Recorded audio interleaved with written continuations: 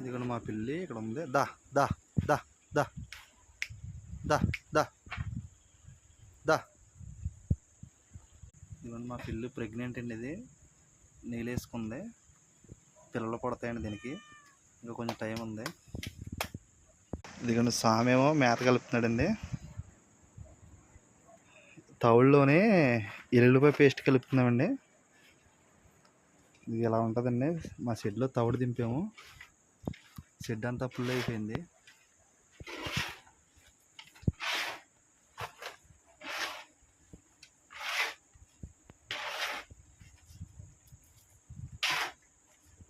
ఆ పక్క తిరిగే ఒకసారి.